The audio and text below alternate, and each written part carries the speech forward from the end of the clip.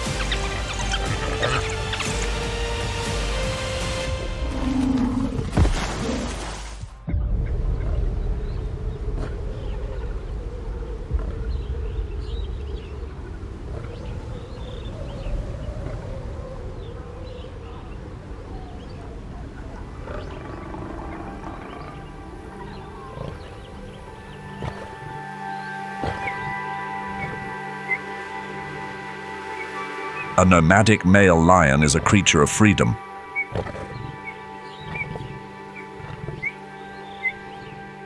One of the ultimate predators. At this stage of life, only hunger binds him.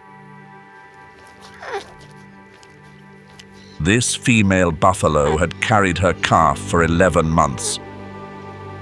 It was still the end of the rainy season, when the grass remained thick enough to feed her and shelter the newborn.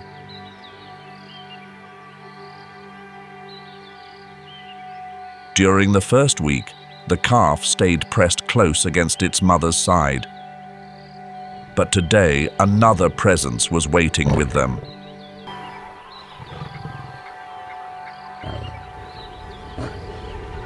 Ruaha, Tanzania. This is not the savanna you have seen in every African documentary before.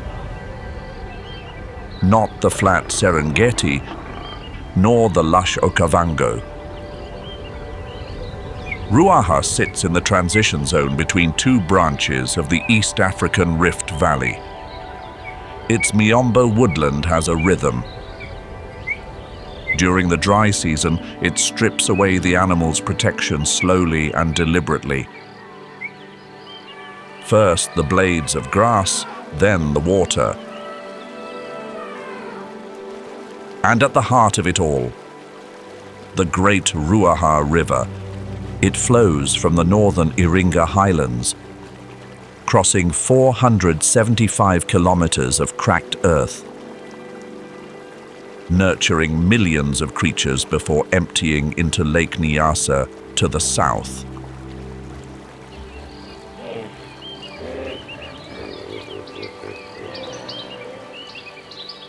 During the wet season, it is a lifeline. During the dry season, it is the line between thriving and fading. But Ruaha's boundaries are not just set by nature. The pressure of Tanzania's rapidly growing population, the wide migration corridors that once allowed lions, buffalo, and elephants to roam are narrowing. Some have closed completely. And when a corridor closes, lions have nowhere to retreat during the dry season. They can only move deeper into their shrinking borders. By early July, before the dry season's pressure peaks, Ruaha's elephant herds move along the dry riverbed. Elephants are the ecological engineers of this system. But an elephant well is not just for elephants. For 3 weeks after digging, each well sustains 50 to 70 different species. Even lions.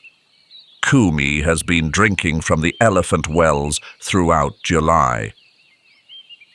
The elephants do not know who they did this for. They simply dig because they are thirsty. By early August, following the scent of distant rain from Katavi, the elephant herds begin heading north. The wells they dug are gradually filled in by the dry Miombo air. And at the wettest remaining spot, the region's central waterhole, a hippo has arrived. Stepped in, lay down. That is when Kumi lost their watering hole.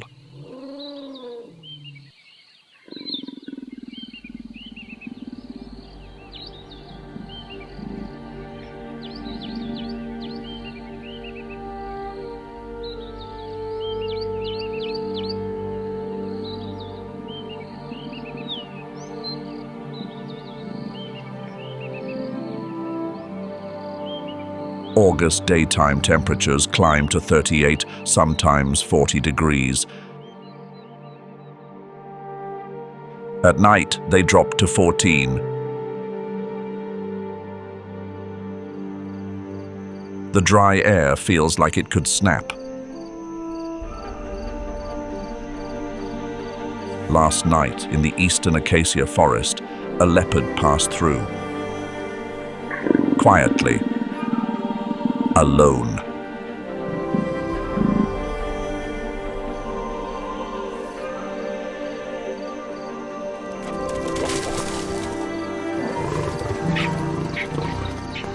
Leaving nothing behind but the scent of a recent catch. Dawn breaks.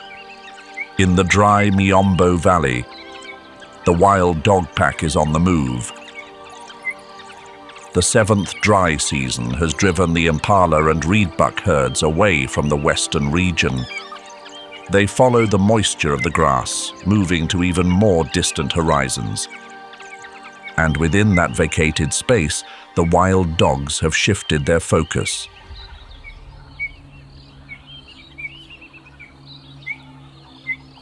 Today's target is a warthog, 80 kilograms. 4 curved tusks, 55 kilometers per hour in short bursts. Not an easy target.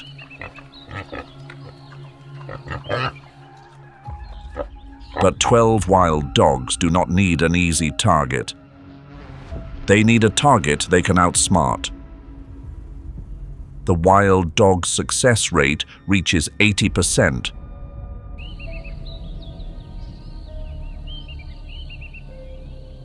Not because of strength, but through organized patience.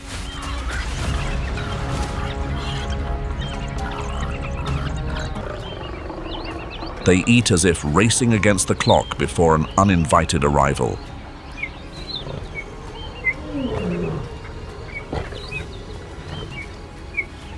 Swahili for hunger.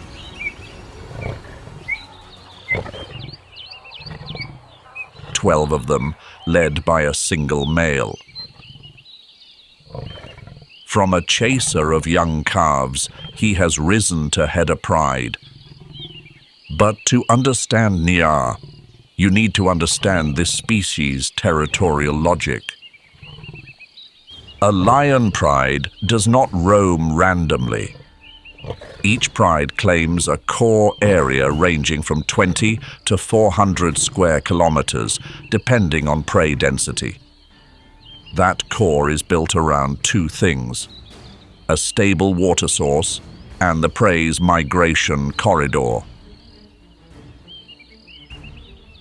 In Ruaha, the 3 largest water sources shape 3 prides. Njar, the eastern riverbank, a hub for buffalo and impala. Mondonia, the northern acacia forest, home to giraffes. Kumi, the central waterhole, the open plains. 3 zones, 3 sets of claims. During the wet season, the borders between them are clear enough for all 3 to coexist. But in the 7th dry season, when water shrinks to a single point, all bets are off and those borders collapse. At dawn, Njaa approaches the Cape Buffalo herd on the eastern riverbank. About 200 of them moving to their morning watering hole. Njaa tries to single out a young calf.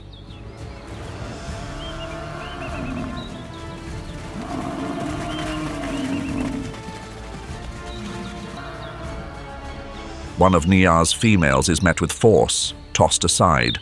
Njaa retreats. But before the dust settles, Njaa spots what only the hungry have the patience to notice. An older buffalo is losing steam, falling behind the herd. Its right leg is limping. Njaa knows. It is not the first time they have seen that wall take shape. Not the first time backing down, but Njaa also knows what distant observers cannot see. Within that herd of 200, there are older ones, more fragile, pushed to the fringes by the very logic of the buffalo herd.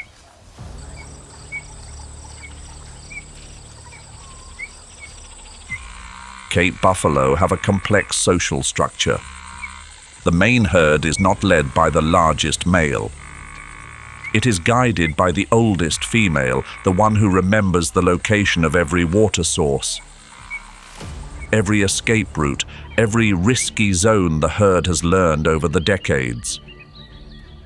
The breeding males, the mature bosses, follow the matriarch. And outside the main herd, older, non-breeding males form small bachelor groups of 2 to 6, moving slower, drinking later, grazing on the outskirts. That limping older buffalo Njaa is tracking. He is no longer part of the main herd. He is a bachelor bull. Pushed out by the natural aging process, by the joint wear that begins to appear in males over 12 years old, by the competition from younger males during the breeding season. He still returns to the main herd to drink, but he no longer shares their collective shield like before. Njaa will not challenge that wall of 200. They will pursue the one on the edge. The Cape buffalo's olfactory system is one of the sharpest senses on the African plains. A buffalo's nose can detect the scent of a predator from 1 kilometer away when standing downwind. They can distinguish the scent of familiar lions from newcomers in the area. And, most remarkably, buffalo remember the scent of specific predators. The lead bull is about 900 kilograms of pure muscle and bone. The boss, the fused forehead horn shield that fully solidifies after 10 years of life. Before that, it is soft tissue, vulnerable to impact. Once hardened, the boss can withstand the downward clamp of a lion's jaw without being pierced. But the boss is not just for defense. The larger and more symmetrical the boss, the more it signals strong genetics to the females in the herd. A lone male buffalo can send an entire pride of lions up a tree and keep them there for 2 straight hours. The heavy moniker, Black Shadow, does not come from their color. It comes from the outcomes of those direct encounters. The injury rate for lions during every clash with a large buffalo herd is 30 to 50%, not because of a single encounter, because when one is pursued, the buffalo herd does not flee. They turn around, a collective counter-advance. But Njaa knows the one thing the buffalo cannot hide. At the peak of the dry season, buffalo depend entirely on permanent water holes. They come to drink twice a day, at dawn and late afternoon. This biological rhythm does not change. even under the pressure of predators. And that limping bachelor bull, with his aching joints and slow pace, will arrive later, stay longer, and leave last. That is what Njaa, after many seasons at this very river, has figured out. 4 hours of waiting is not blind patience. This is knowledge accumulated across generations. Njaa, you have seen that wall of steel, yet you hold your ground.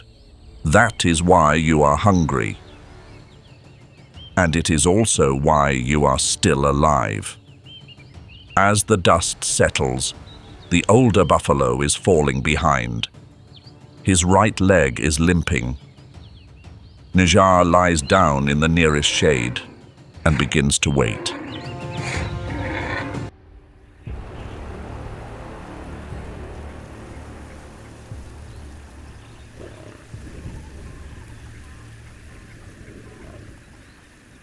"4 hours. That is how long Njaa spent waiting under the acacia shade as the temperature climbed to the peak of the day.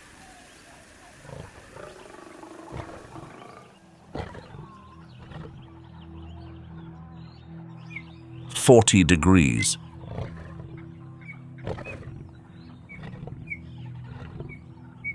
During the midday hours, all of Ruaha's large predators power down. No one hunts at noon in August in Ruaha, except those who are out of options. In those 4 hours of silence, Njaa was not just waiting. They were setting the stage. It was no accident.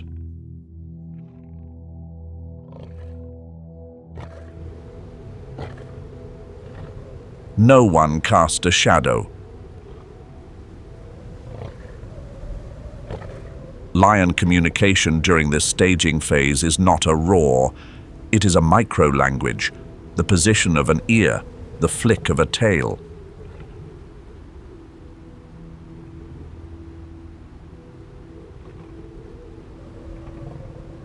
These signals are enough to coordinate an encircling formation without making a single sound.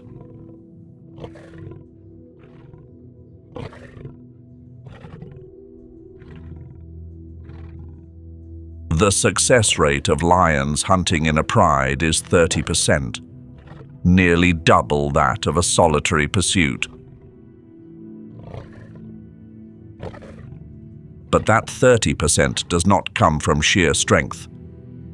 It comes from positional coordination, from 4 hours of finding the right spot, waiting for the right moment, and engaging the right target.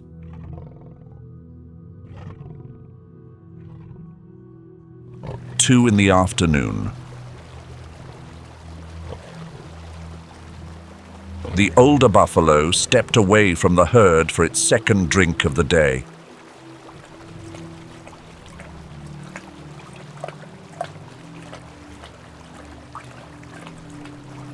"7 minutes. 7 minutes to secure and hold before the buffalo herd's countercharge answered the call. She was simply a target. And Njaa would claim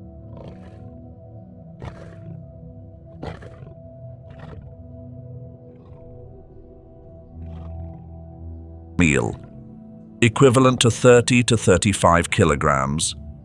7 minutes is enough to step back from the brink. Njaa released their hold and retreated as the buffalo herd returned.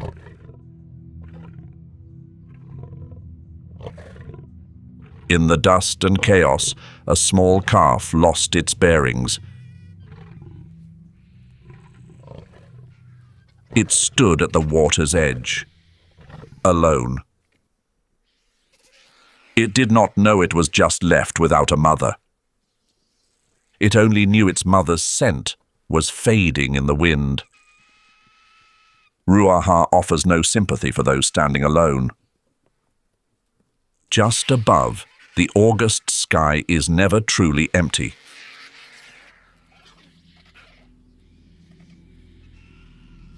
White-backed vultures are the most common and vital species in the Ruaha ecosystem.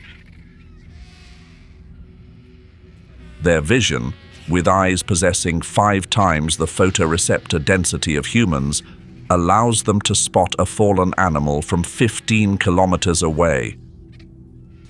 And in the dry, clear air of Ruaha in August, they can see even further.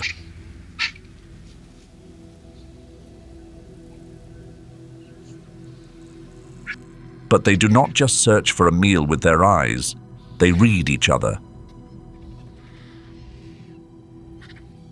This is an information cascade, news spreading without a sound, without a direct signal, simply through the behavior of others.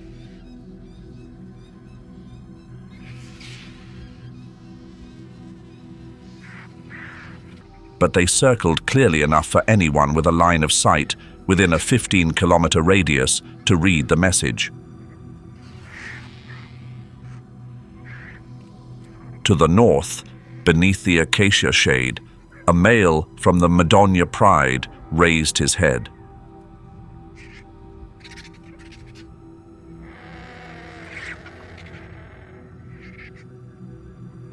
He saw nothing firsthand, but he saw the vulture circles tightening to the south. The vultures do not belong to Inja or Madonia. Vultures are Ruaha's only public broadcasting system, owned by no one, readable by all.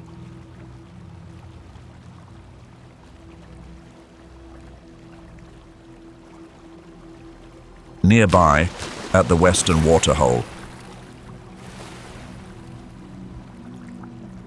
a hippo was soaking in the mud.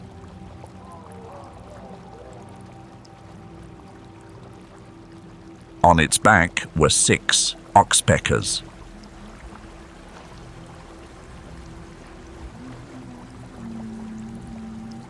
The hippo had no idea this was happening.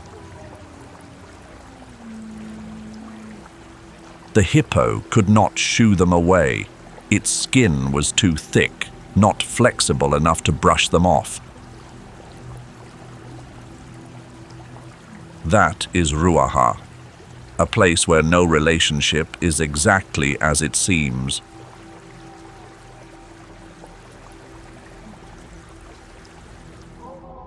The scent of Nja's prize spread quickly in the dry air. Spotted hyenas. 8 of them. They were not waiting.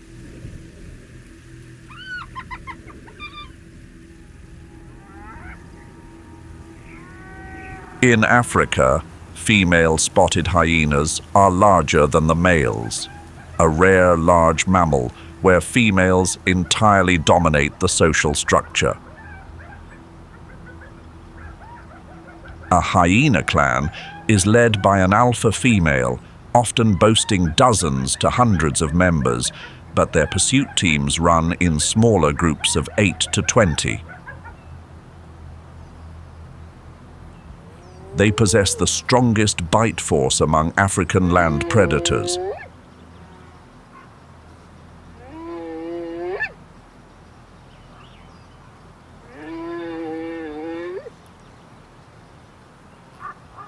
Hyenas can digest the tough parts no other species can process. They do not compete for the same cuts. They make the most of what remains. They are neck and neck contenders. Nya had to eat fast. The hyenas were getting restless over the scent of dinner.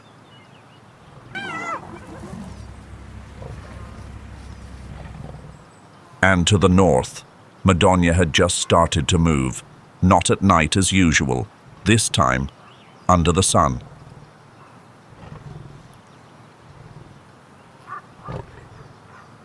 Madonna is the pride of the shadows.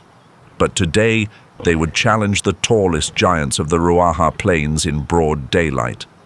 And that is what makes this pursuit unlike anything seen before.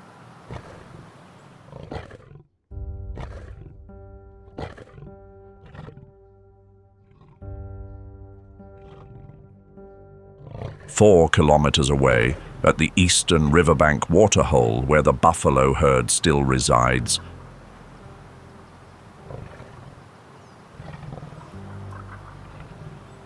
a lioness from the Nja pride lies in wait within the low brush.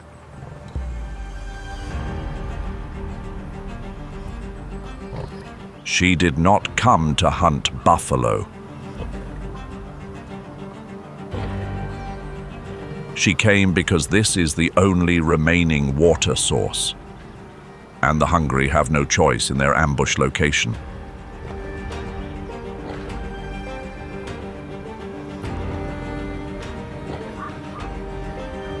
It moves with its own purpose, to quench its thirst. But unfortunately, it has charged straight into the ambush zone. The warthog has no idea she is there. This is opportunistic instinct. The prey has walked right into the hunter's grasp. The chase erupts.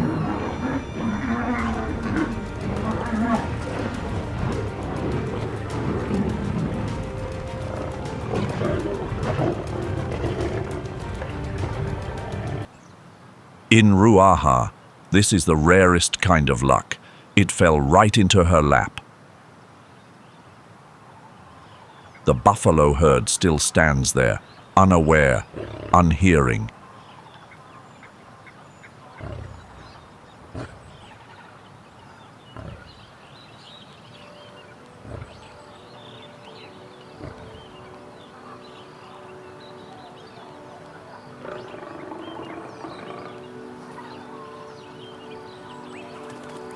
Madonna, 4 young males.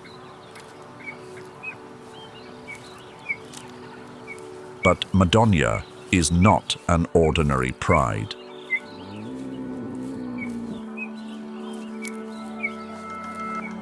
In the lion world, there are 2 entirely different social structures.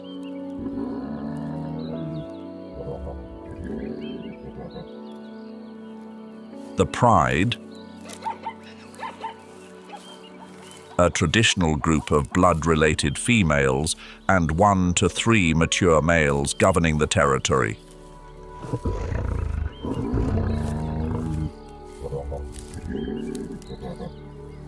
And a temporary alliance of young, landless males, usually 2 to 6 of them, roaming together until they are strong enough to claim an existing pride.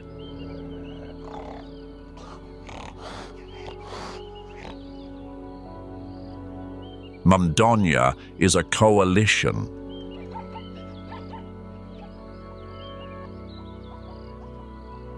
A coalition is often bolder,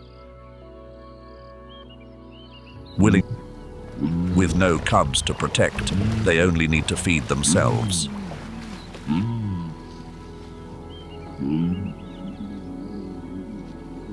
That is why Madonna is ready to do what no pride with cubs would dare. Pursue a giraffe in broad daylight.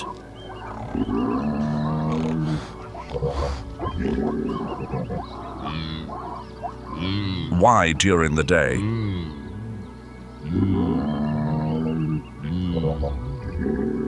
Because at the peak of the dry season, giraffes are forced to move to water during daylight.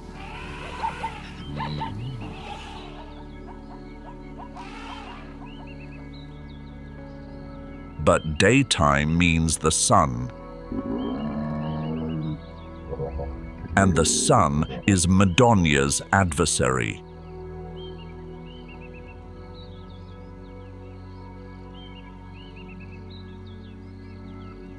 A giraffe's heart weighs 10 kilograms, pumping blood up a 6-meter neck with a diastolic pressure twice that of a human.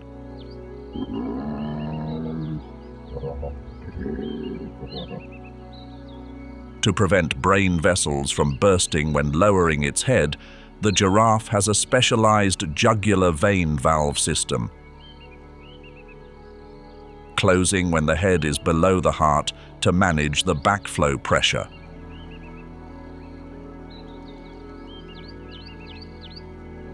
An evolutionary mechanism so refined that aerospace engineers studied it when designing G-suits for fighter pilots.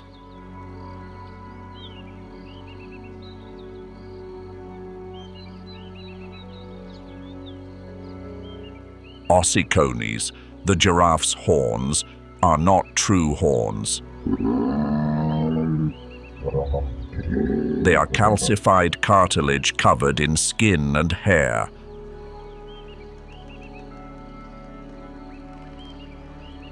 Males use them to spar those necking battles.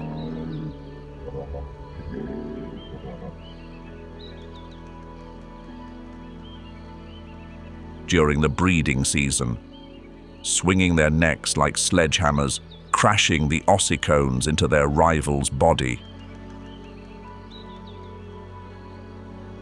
An older male has worn and bald ossicones at the tips,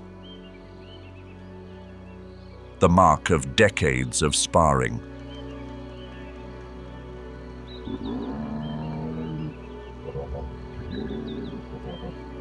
The lone older male giraffe today, bald ossicones, slow pace, has seen action through many breeding seasons.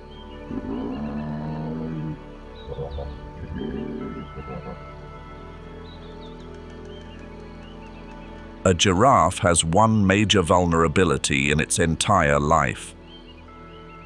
And that vulnerability happens every day.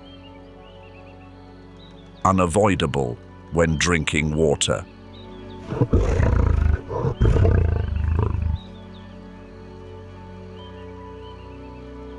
Madonna knows this. Every lion that pursues a giraffe knows this.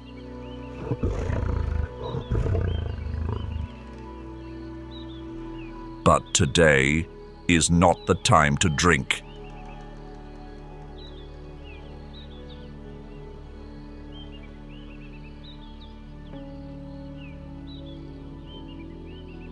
Today is daytime, the terrain is open, and the giraffe's 320-degree vision is fully active.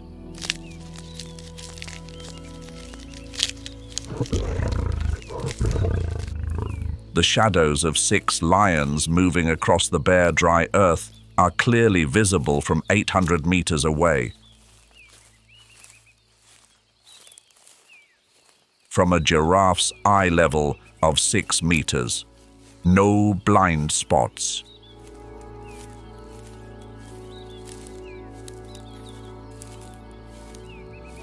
Madonna is forced to make their move sooner than planned.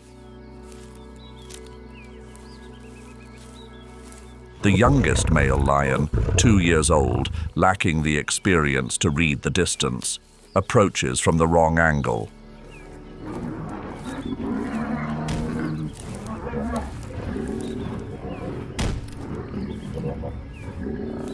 Treats.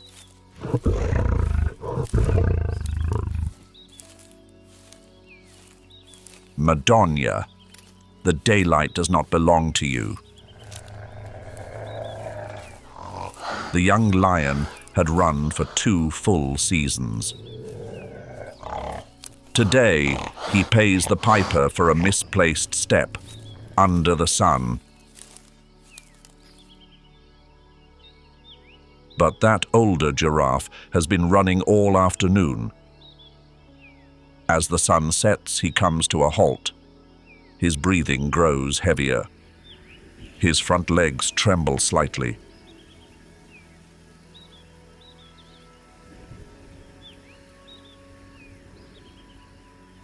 Madonna sees it, and the darkness is returning, belonging to them.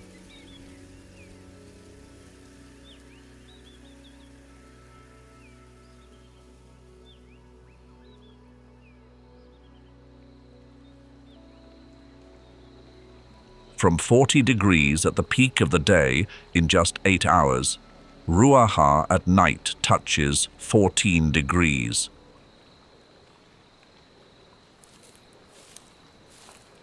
The dry Miombo air does not hold heat.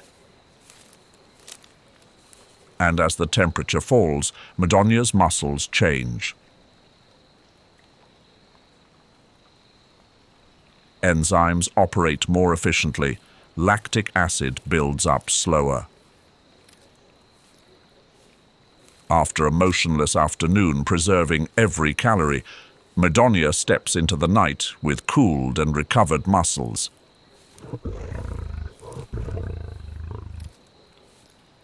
That older giraffe is still there, exhausted, having not eaten, having not drank enough.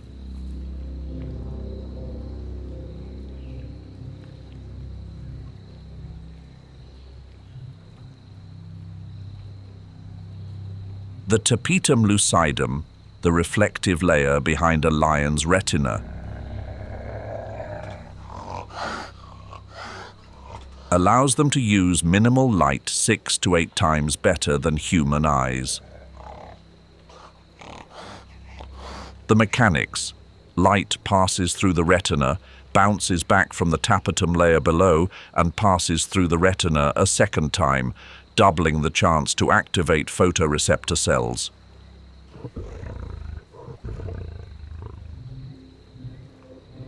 Below 50 lux, the light threshold past 8 p.m., the giraffe's 320-degree vision collapses.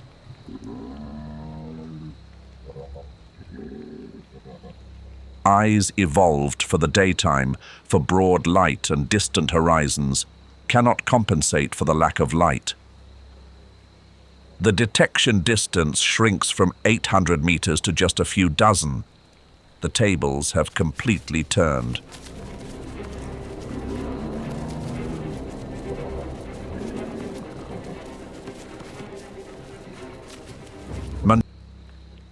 The giraffe's body is too massive and its neck too flexible for a lion to hold. An adult giraffe provides about 250 to 300 kilograms of usable meat, sustaining 4 lions at 7 kilograms each per day for 5 days. In theory, they have their fill, but cannot drag the rest away due to its sheer size, leaving it behind to find a place to rest. A fallen giraffe attracts what it always attracts, but not all at once, and not all for the same reason. First, the vultures, this time not just 6 of them. But vultures are not a uniform block. At a large prize like a giraffe, there is a clear hierarchy. The lappet-faced vulture, the largest and most assertive species, arrives first. White-backed vultures arrive next, making up the largest numbers. They consume the soft tissues.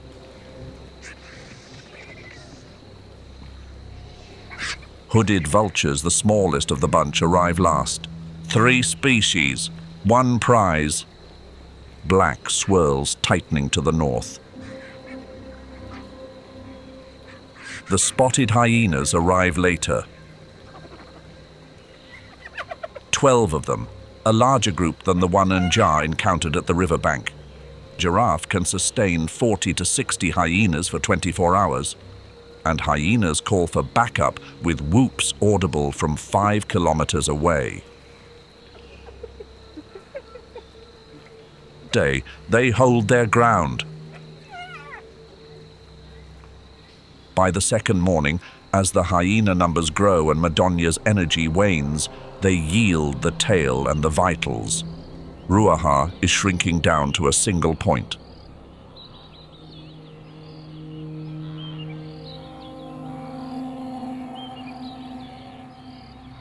"3 days.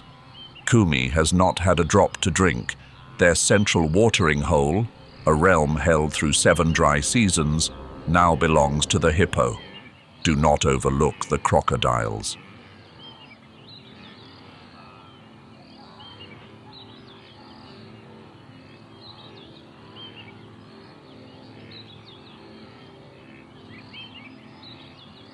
An unseen hierarchy is at play. Hippos claim the surface. Crocodiles control the water's edge, where any animal coming to drink must lower its head, dropping its guard for just a few seconds. Lions, kumi, stand on the third tier, the furthest edge, looking into a system where 3 top predators are operating simultaneously within a 200-meter radius.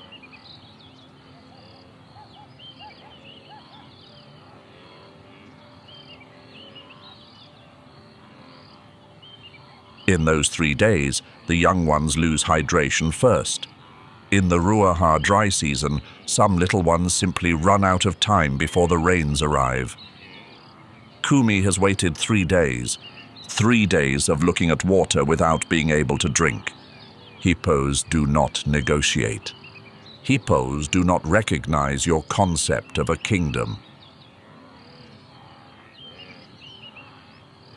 To the hippo, this is theirs. Tonight, the scent of a downed giraffe from the north is drifting closer. Nja is on the move. Madonia is heading west. And Kumi is still standing by the edge of the watering hole. Ruaha is shrinking down to a single point. Something is shifting in the air. It is not the temperature. It is not the wind. Atmospheric pressure. In the 12 to 24 hours before Tanzania's first seasonal rain, the atmospheric pressure drops noticeably. This is the final stretch of the dry season. Kumi's females know exactly what to do as the zebra herd approaches the final waterhole. They must hunt. Hunt for sustenance and hunt to quench their thirst. The dry season also puts all creatures on edge. The lionesses will let the male impalas decide who comes out on top. They want zebra, a much larger prey, and they must succeed. The orphaned calf, 4 days without its mother, stands on the far bank, disoriented, hungry, with nowhere to go. Then Nja arrives from the east. 12 of them, hungry, thirsty, no patience left for caution. A lion's roar is no simple sound. A lion's vocal anatomy features vocal cords with a square cross-section instead of the round ones found in other cats. This square shape produces lower frequency vibrations that are more stable, carry further, and hold more information. A lion's roar can travel 8 to 10 kilometers across the open savanna. And within each sound lies an individual signature, numbers, gender, age, and health status. Madonia, 6 strong, 1 lost, 2 injured, hears 22 signatures compared to their own 6. Madonia retreats to the western hills. This is not cowardice, this is calculation, and that calculation is correct. Nja and Kumi clash. This is not about tactics. This is a turf dispute, 2 lion prides, 2 sets of non-negotiable interests, colliding at the only watering hole on a late, dry season night. Then, a massive splash from the water. The hippo. Hippos do not distinguish between Nja or Kumi. A hippo focuses all that mass into a single point of impact at a speed of 30 kilometers per hour. There is no lion tactic that can handle that kind of physics. Nja scatters to the east. Kumi scatters to the south. The hippo's watering hole. The hippos alone. In the chaos, the orphaned calf runs, directionless, unled. Only one thing remains in its memory, the scent of the buffalo herd. The Cape buffalo herd had migrated to the eastern riverbank, following the atmospheric pressure, following the scent of the approaching rain. The orphaned calf runs toward it. It finds the herd. No one welcomes it. No one chases it away. It steps in, and the herd keeps moving. This is not a fairy tale ending. This is simply how Ruaha works. The eastern sky changes color, heavy and gray. A distant clap of thunder echoes across the plains.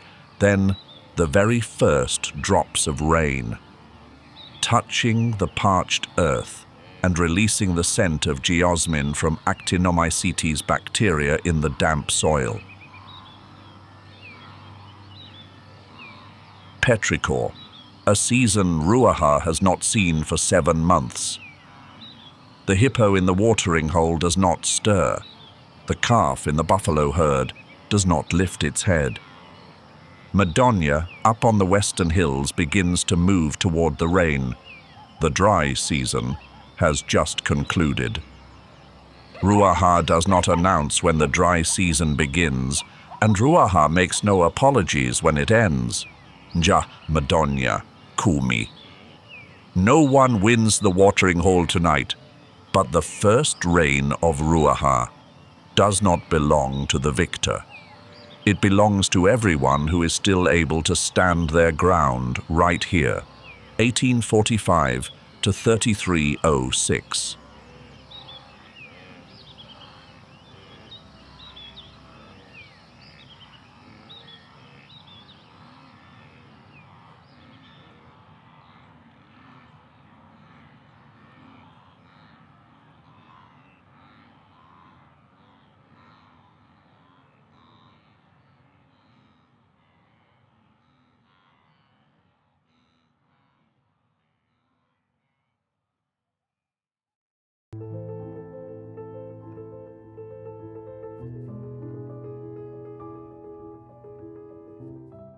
Elephant social structure is not quite like a lion's. Yet they share one common trait. Upon reaching maturity, young males are forced to leave their mother's herd. Typically, they seek out other males to form bachelor groups. This provides a safe environment to build strength and wisdom, boosting their future mating success.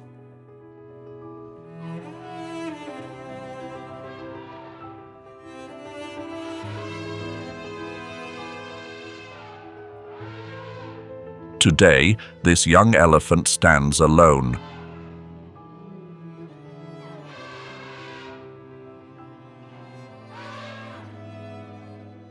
But that does not mean weakness. It knows its advantages well.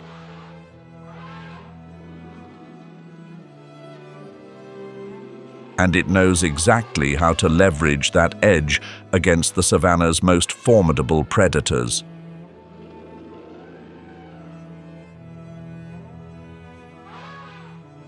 It surges forward with an astonishing acceleration, completely unpredicted by its massive frame.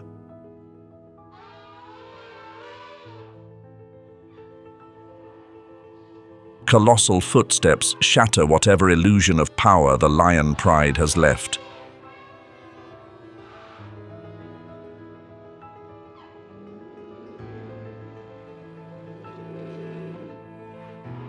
The Asilia pride's desperation reaches its peak. When kings lose their grip, even the timid grow bold.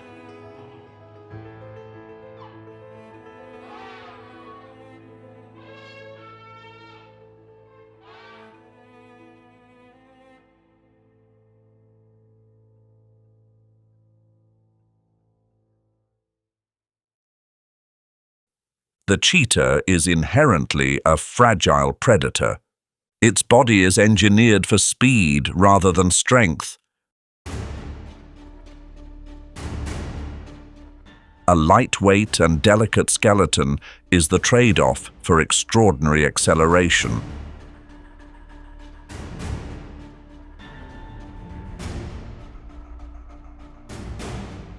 This leaves them incredibly vulnerable. In the natural order, warthog piglets are prey. Sitting near the bottom of the food chain, they represent a relatively easy meal for the big cats.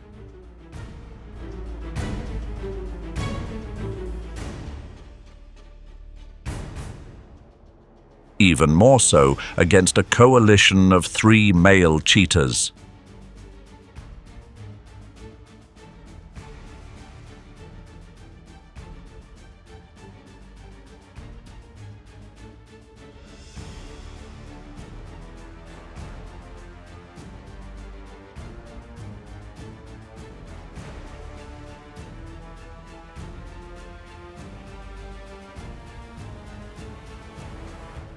But this warthog piglet has other plans. The threat of its hidden tusks is magnified by sheer recklessness and speed, leaving the entire hunting coalition as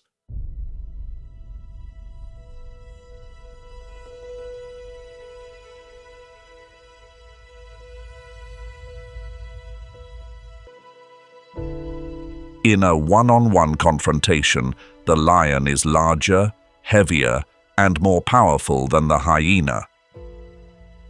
But the hyena clan possesses a more daunting weapon. That is sheer numbers, a collective intelligence driven by relentless persistence.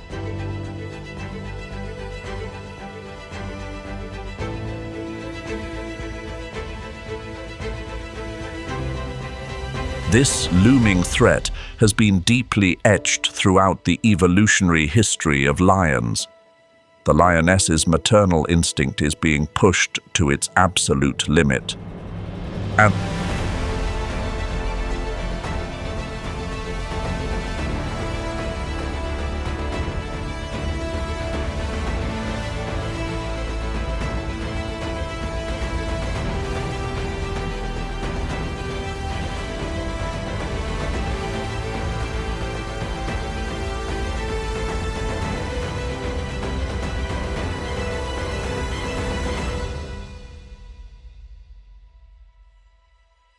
the price for safety is exceedingly high.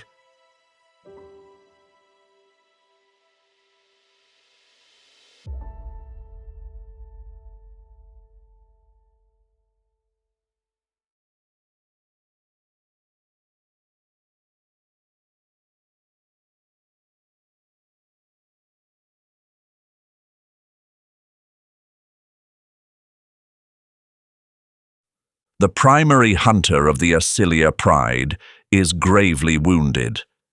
The entire dynasty is now more at stake than ever before.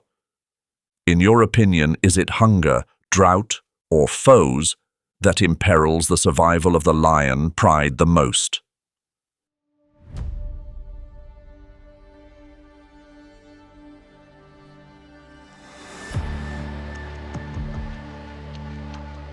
The dry season's thirst relentlessly drives desperation.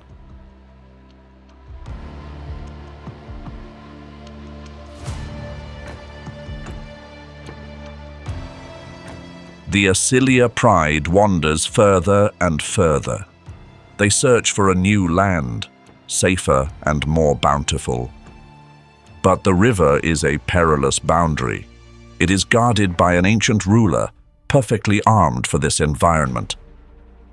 Mothers struggle desperately, yet they are utterly helpless against the strongest bite force on the planet.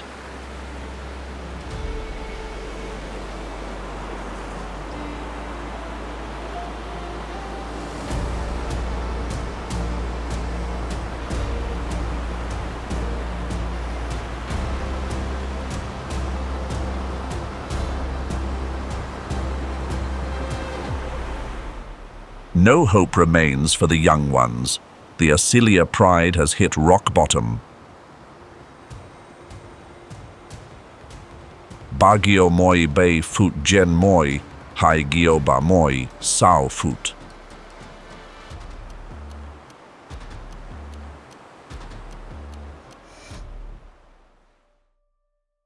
Africa, a land of endless horizons and the primal heartbeat of the earth, Here, the Great Rift Valley carves out million-year-old geological scars, setting a grand stage for life to flourish with immense brilliance and abundance.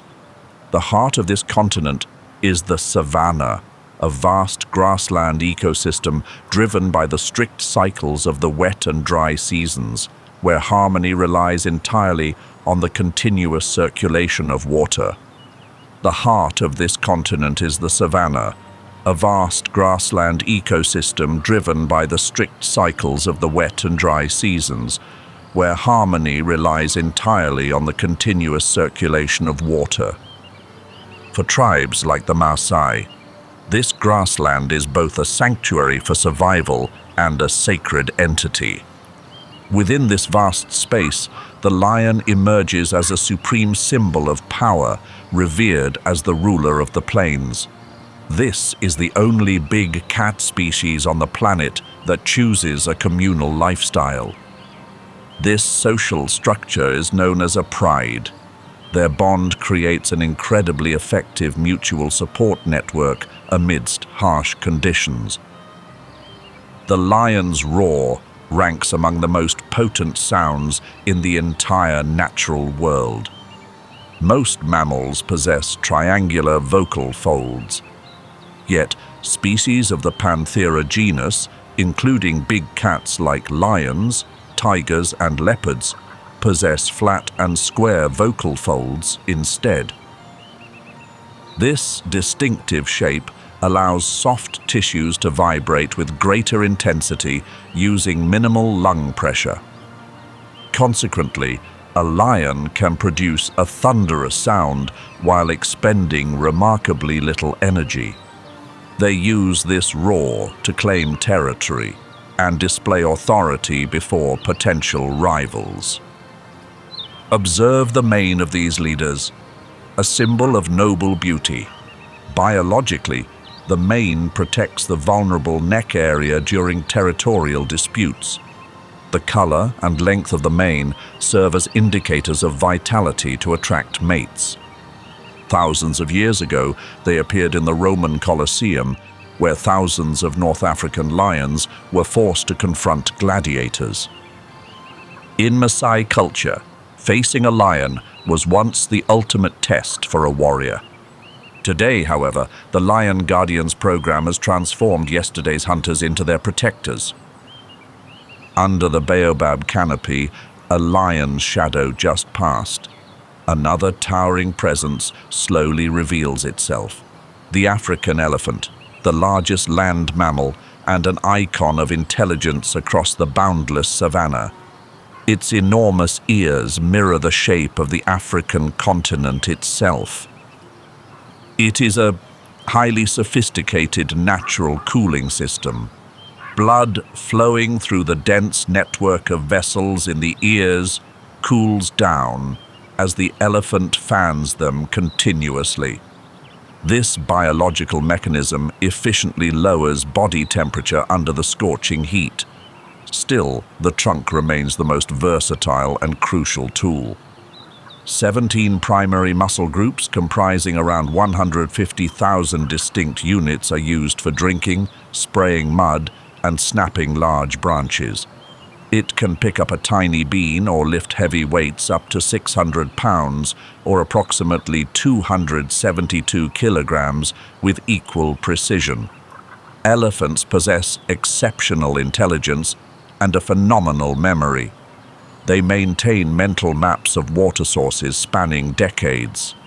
Their emotional depth runs so deep that when a member passes away, the entire herd pauses to touch the remains of the departed with their trunks in a silent farewell ritual.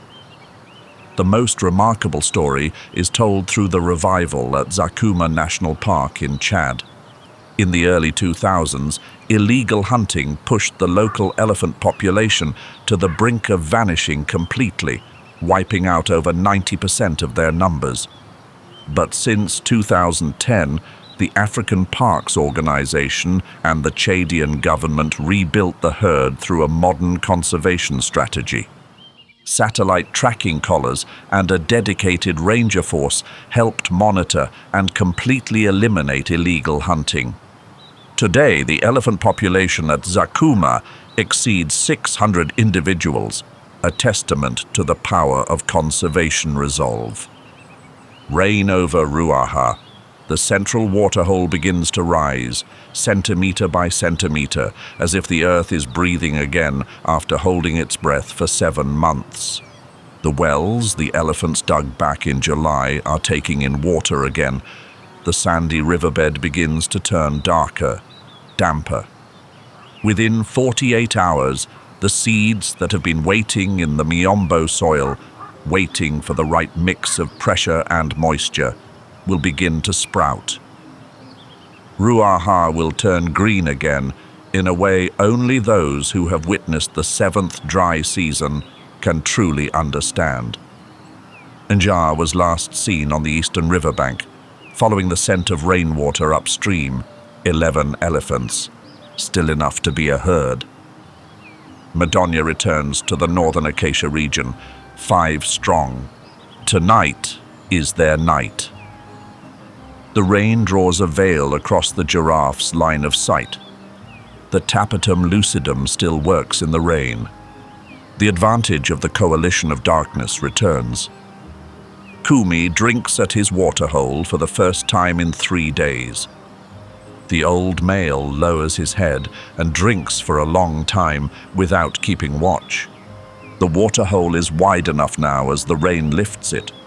There is room for both hippos and lions, as long as each side knows its place. The orphaned calf, last seen standing among the buffalo herd in the rain. No one is leading it. It is simply standing there, within the herd, under the rain. And that is already enough. African lions. Their population has declined by 36% over 21 years, not only because of drought, not only because of the dry season, also because of bottles of poison, because migration corridors are growing narrower, because dry seasons keep coming one after another with no time for the herds to recover in between. Even where lions still remain, their density is no longer enough to fully maintain their role as the ecosystem's apex predator. When lions decline, buffalo increase without natural balance and wear down the vegetation. When buffalo increase, the quality of miombo grasses declines. This rainy season, Ruaha has at least 3 more intact herds. In the kingdom of giants, no one lives forever, but the rain returns, and Ruaha goes on. The rainy season has returned. How will Nia, Madonia, and Kumi change as Ruaha comes back to life? And that orphaned buffalo calf, now a little bigger, a little stronger, will it still remember the scent of lions? Covering more than 20,000 square kilometers, Ruaha is the most remote national park in the country. A true wilderness, where the laws of nature are the only laws that still remain. In early May, when the last rains pull away, Ruaha begins to enter its harshest cycle, the dry season. The tropical monsoon climate here creates an intense divide. Rising temperatures scorch the grasslands, turning the savanna a faded brown and forcing all life to gather around 3 main lifelines: the Madonia River, the Mwagusi River, and the Great Ruaha River.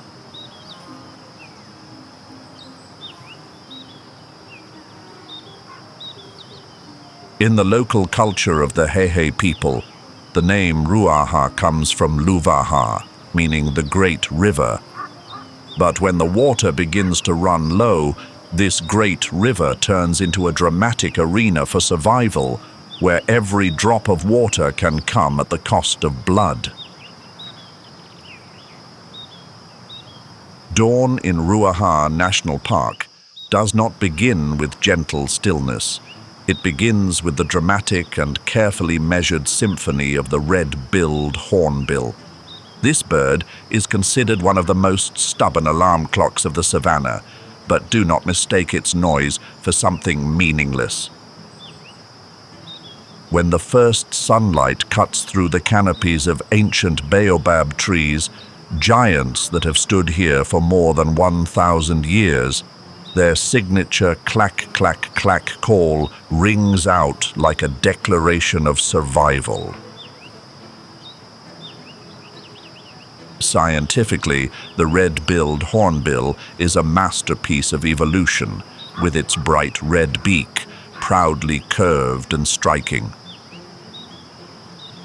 The beak may look heavy, but in reality, it has a spongy bone structure, extremely light, yet sturdy enough for digging, hunting, and even carrying out some of the strangest nesting rituals in the bird world.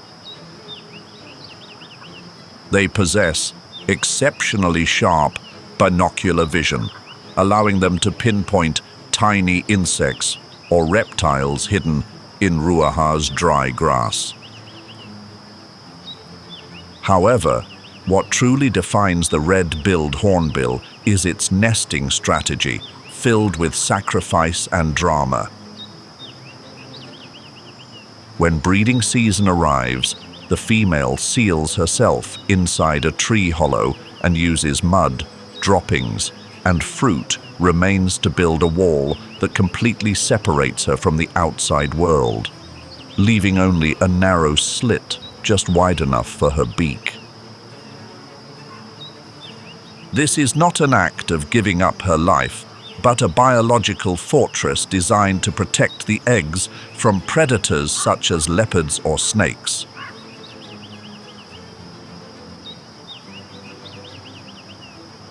Throughout 24 days of incubation and for many weeks afterward, the female depends entirely on her mate. The male must work tirelessly, making hundreds of flights each day to deliver food through that narrow slit. If the male falls beneath the claws and fangs of a predator, it becomes the final sentence for the entire family sealed inside that living tomb.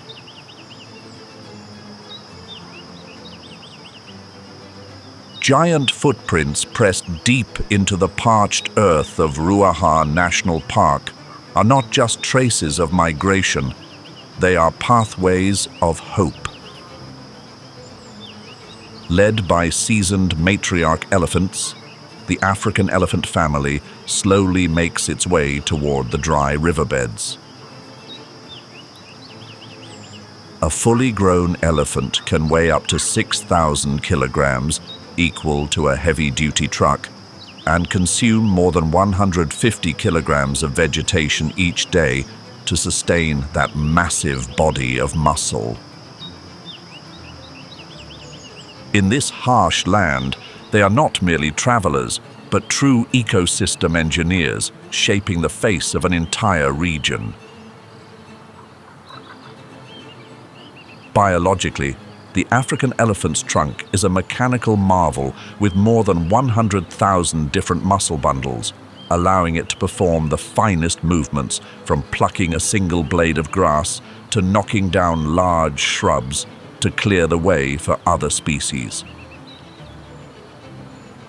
In the heart of the harsh dry season, when the great Ruaha riverbed is reduced to strips of scorching white sand, this unmatched strength is transformed into a masterful survival skill. They use their trunks and powerful forelimbs to dig deep into the sand, uncovering hidden underground water veins that no other animal can reach. The waterholes dug by elephants do not only keep their own families alive, but also become life-saving oases for thousands of smaller animals. However, do not let that majestic appearance fool you into thinking they are unbeatable. In the world of wild Ruaha, intelligence and fierce maternal devotion sometimes still have to surrender to the harshness of drought. Elephants possess an extremely complex matriarchal social structure, where memories of water sources are passed down through generations.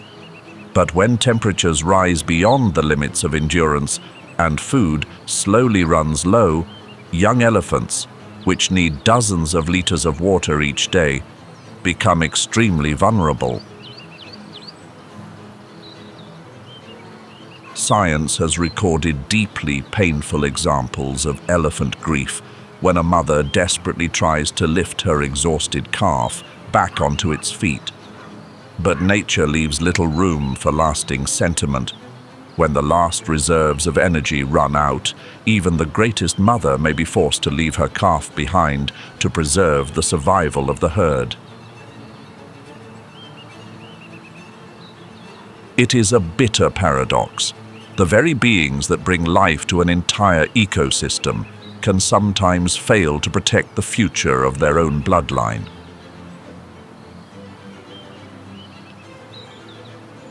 In Ruaha, every waterhole dug by elephants is both a miracle and proof of their endless struggle against the shadow waiting beneath the skin-scorching sun of the savannah. Towering above everything, far beyond the eye level of the giants on the ground, stands the Maasai giraffe. This is not only the tallest animal in the world, it is a marvel of biological engineering that nature has set in the middle of Ruaha's sun-baked, wind-swept savannah.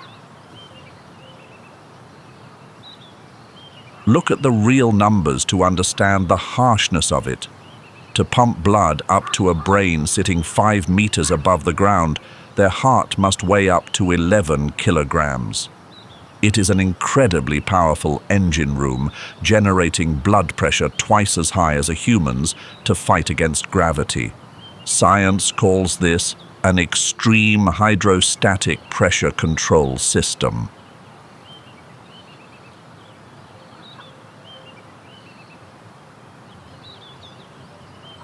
When a Maasai giraffe lowers its head to drink, a special valve system in the veins of its neck immediately closes, preventing a sudden brain hemorrhage caused by blood pressure rushing downward all at once.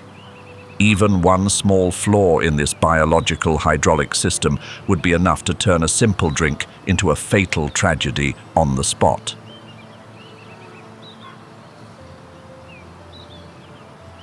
With a sweeping view from the forest's rooftop, they are Africa's greatest natural scouts.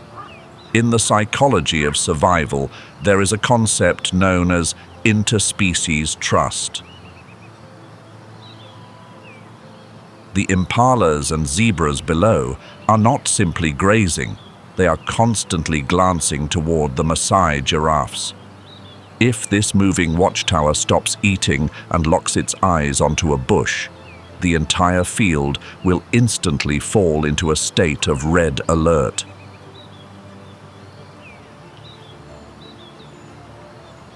The stillness of a giraffe can sometimes feel more chilling than the roar of a lion, because it signals that the hunter is very close and has entered the view of the highest security camera in the land. Young predators often make the tactical mistake of moving too soon, and the result is usually a bitter failure as the Maasai giraffe easily bursts away beyond their reach. Do not let their seemingly slow appearance and dance-like steps fool you. Their most formidable defensive weapons are their long stride and rear kicks, which can generate devastating impact force, strong enough to shatter the skull of a fully grown lion in an instant.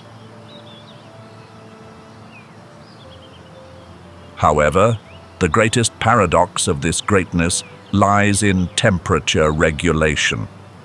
In Ruaha's sweltering heat, which can sometimes climb beyond 40 degrees Celsius, keeping that massive body from overheating is a true survival challenge. The distinctive patches on their skin are not only for camouflage. The latest studies suggest that they act like thermal windows, where large blood vessels run close to the skin's surface to release excess heat into the air.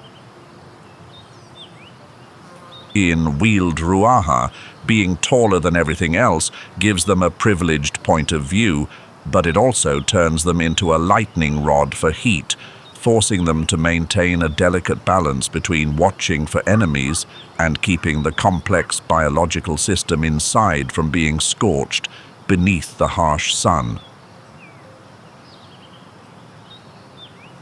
Even when facing the most persistent hunters, the combination of vision and speed still helps them hold their place as untouchable giants above the treetops.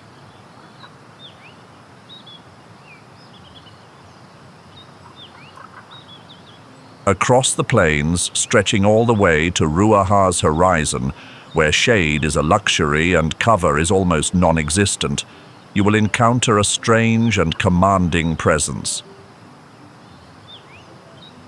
The Maasai ostrich. Do not let the slightly glamorous look of those feathers fool your eyes.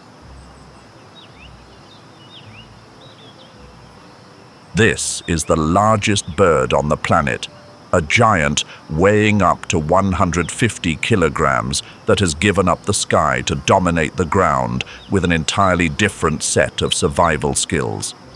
In the world of wild Ruaha, those who cannot fly must run, and the Maasai ostrich has raised the art of escape to the level of a military specialist.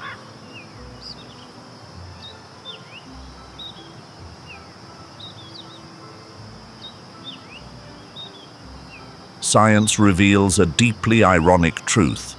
The eyes of the Maasai ostrich can reach 5 centimeters in diameter, larger than its own brain. But do not rush to judge its intelligence by the size of its gray matter.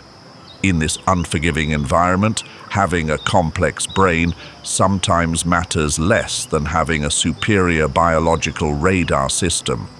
With 360-degree vision and the ability to detect the smallest movements from kilometers away, they are the ever-watchful sentries of the savannah.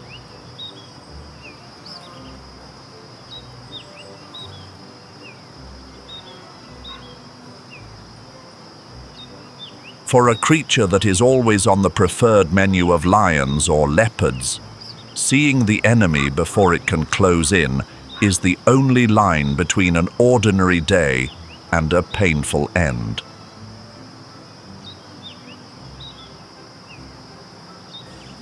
When a threat becomes real and impossible to avoid, the Maasai ostrich activates its ultimate weapon, its powerful, muscular legs. Unable to fly, they make up for it with a biological engine that can burst up to 70 kilometers per hour, fast enough to outrun most of the most persistent hunters. Each stride can stretch up to 5 meters, turning them into true marathon runners across the dry, rugged ground.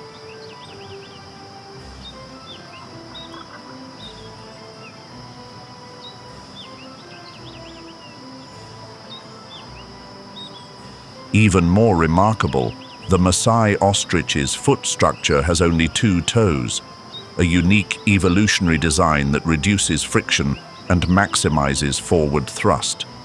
The larger toe is also equipped with a dagger-sharp claw, turning every backward kick into a decisive weapon.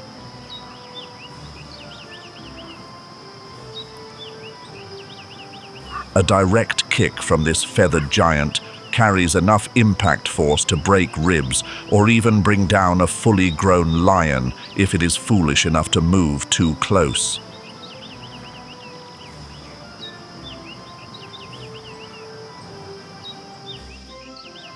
In Ruaha, standing still means accepting life as an exposed target in the middle of the arena. These giants understand the rules of the game better than anyone. In a world with nowhere to hide, vigilance and speed are the only religion that keeps them alive.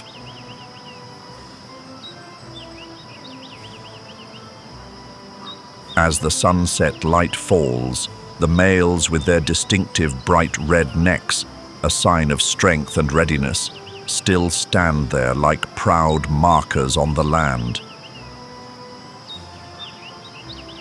They are living proof that even without wings to soar, you can still rule the ground through vigilance and the pure power of your legs.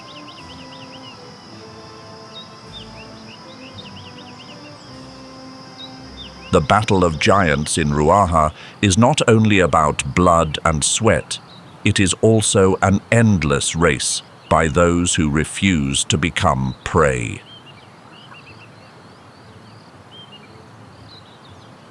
As the sun dips behind the sausage trees and shadows embrace Ruaha National Park, a haunting sound echoes across the Miombo woodlands, the distinctive laugh of the spotted hyena.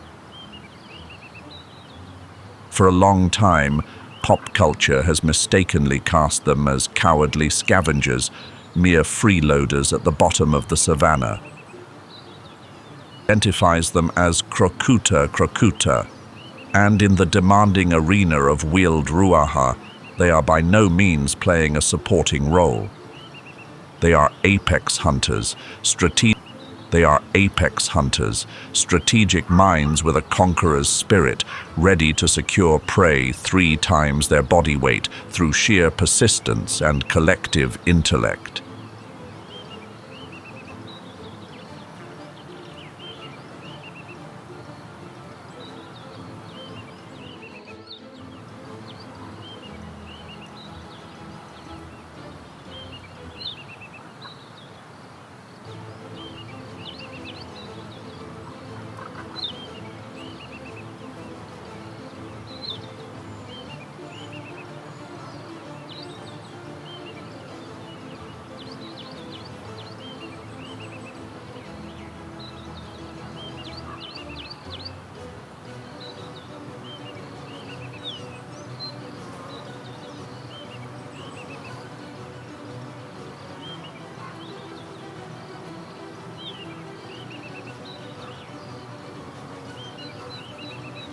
But the true power of the spotted hyena lies in its brain, not just its bite. They operate within an incredibly complex matriarchal society where females rule with a firm hand. These clans can reach up to 80 individuals, functioning with a level of social intelligence comparable to some higher primates. Their signature laugh is no joke. It is a sophisticated data-sharing system broadcasting information about age, status, and the location of food sources across the dark plains of Ruaha.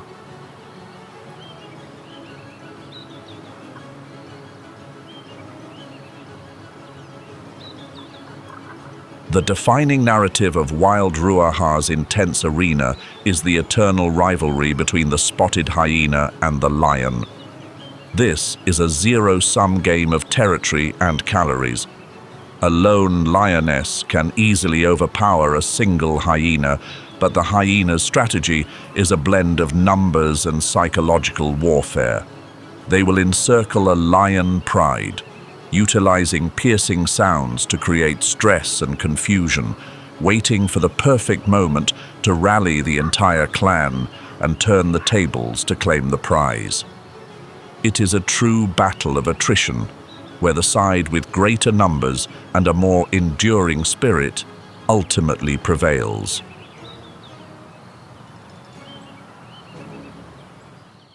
As twilight descends, Ruaha National Park shivers in the shadows. This is the moment when human vision becomes completely useless. But for the leopard, the game is just getting started. Its scientific name is Panthera pardus. It is a solitary hunter, a masterpiece of nature crafted specifically for the dark. This feline needs no army. It rules through absolute silence. Look into its amber eyes. They possess a reflective layer of cells called the tapetum lucidum. This membrane functions as a biological mirror. It reflects light passing through the retina a second time.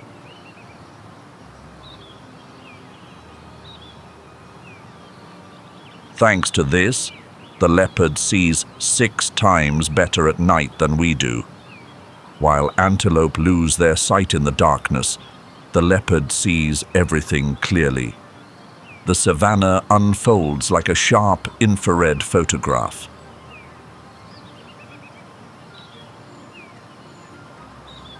It usually waits patiently on high branches. The sausage tree serves as its fortress. Dangling dry fruits and dense foliage create the perfect camouflage. The 60-kilogram beast vanishes completely into the shadows.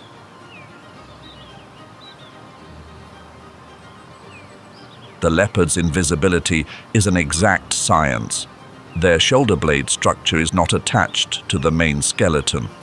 This allows them to glide low to the ground with absolute flexibility.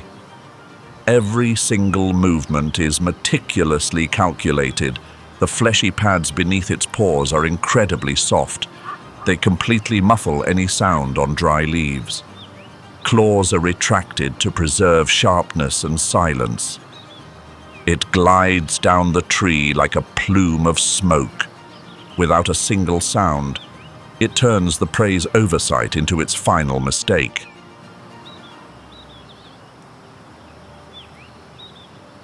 In predator psychology, the leopard is a master of closing the distance.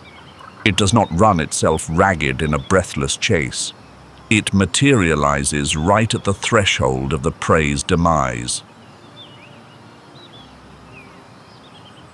A swift strike to the back of the neck ends all hope of escape. But in wild Ruaha, the struggle does not stop there. Scavengers are always lurking everywhere. Spotted hyenas and lions stand ready to claim the fruits of its labor. This is when the leopard puts its extraordinary muscular strength on full display. It can haul a carcass weighing twice its own body weight high into the air. It climbs vertically with effortless ease. It secures the prize within sturdy tree forks.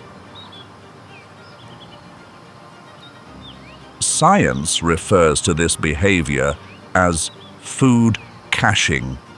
This is an aerial pantry. It remains entirely safe from ground-dwelling competitors. In the kingdom of Ruaha, the leopard needs no throne to show off. Its silent presence speaks volumes about its power. It is the most perfect hunter on the planet. It blends superb tactical execution with clever logistics. The night is its true domain. Never underestimate these ghosts in the canopy. Their game always concludes with the quiet disappearance of the target. Ultimately, all must bow before the true kings of this land. Welcome to the domain of the lion in Ruaha National Park. This sanctuary holds one of the highest concentrations of lions on Earth. At the heart of the park, around 150 individuals are divided into a dozen different prides. They rule along the natural boundaries of 3 rivers, Madonia, Muagusi, and the Great Ruaha. Here, lions do not merely hunt. They are waging outright wars to secure their survival. Every pride in wild Ruaha operates as a military unit with its own distinct identity. The Bushbuck pride specializes in taking down African buffalo and typically hunts by day. Conversely, the Baobab pride is a massive family of 33 members, including multiple litters of cubs requiring protection.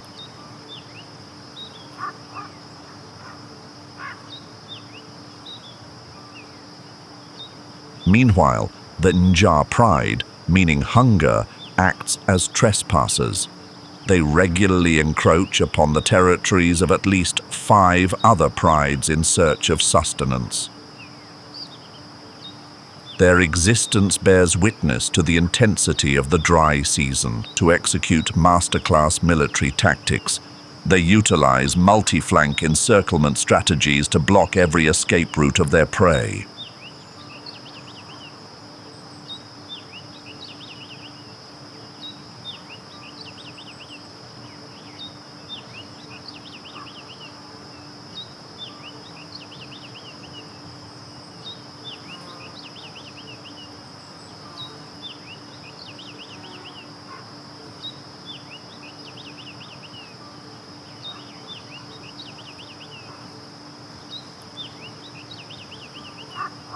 Yet, a king's power is never permanent. The aging males of the baobab pride constantly find themselves on thin ice, facing the threat of being overthrown. Young, outside usurpers will look to claim the territory and the choice females. A takeover frequently ends with the elimination of all the predecessor's offspring. This unforgiving method ensures the next generation carries the bloodline of the victor.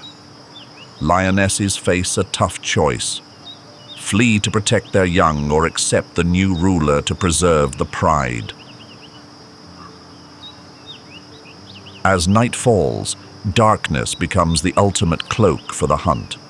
Now, the roar of a male lion echoes across the savannah. It is far more than just a natural sound. It is an infrasonic wave capable of traveling up to 8 kilometers. It stands as an absolute declaration of sovereignty. It reminds every creature that wild Ruaha's strongest are still ruling. Respect is not granted. It is earned through tooth, claw, and blood. Lions stand at the apex of this system, not just due to strength, but because of their ability to dominate through both intellect and necessary ruthlessness. The Battle of the Kings will endure as long as the great Ruaha River flows.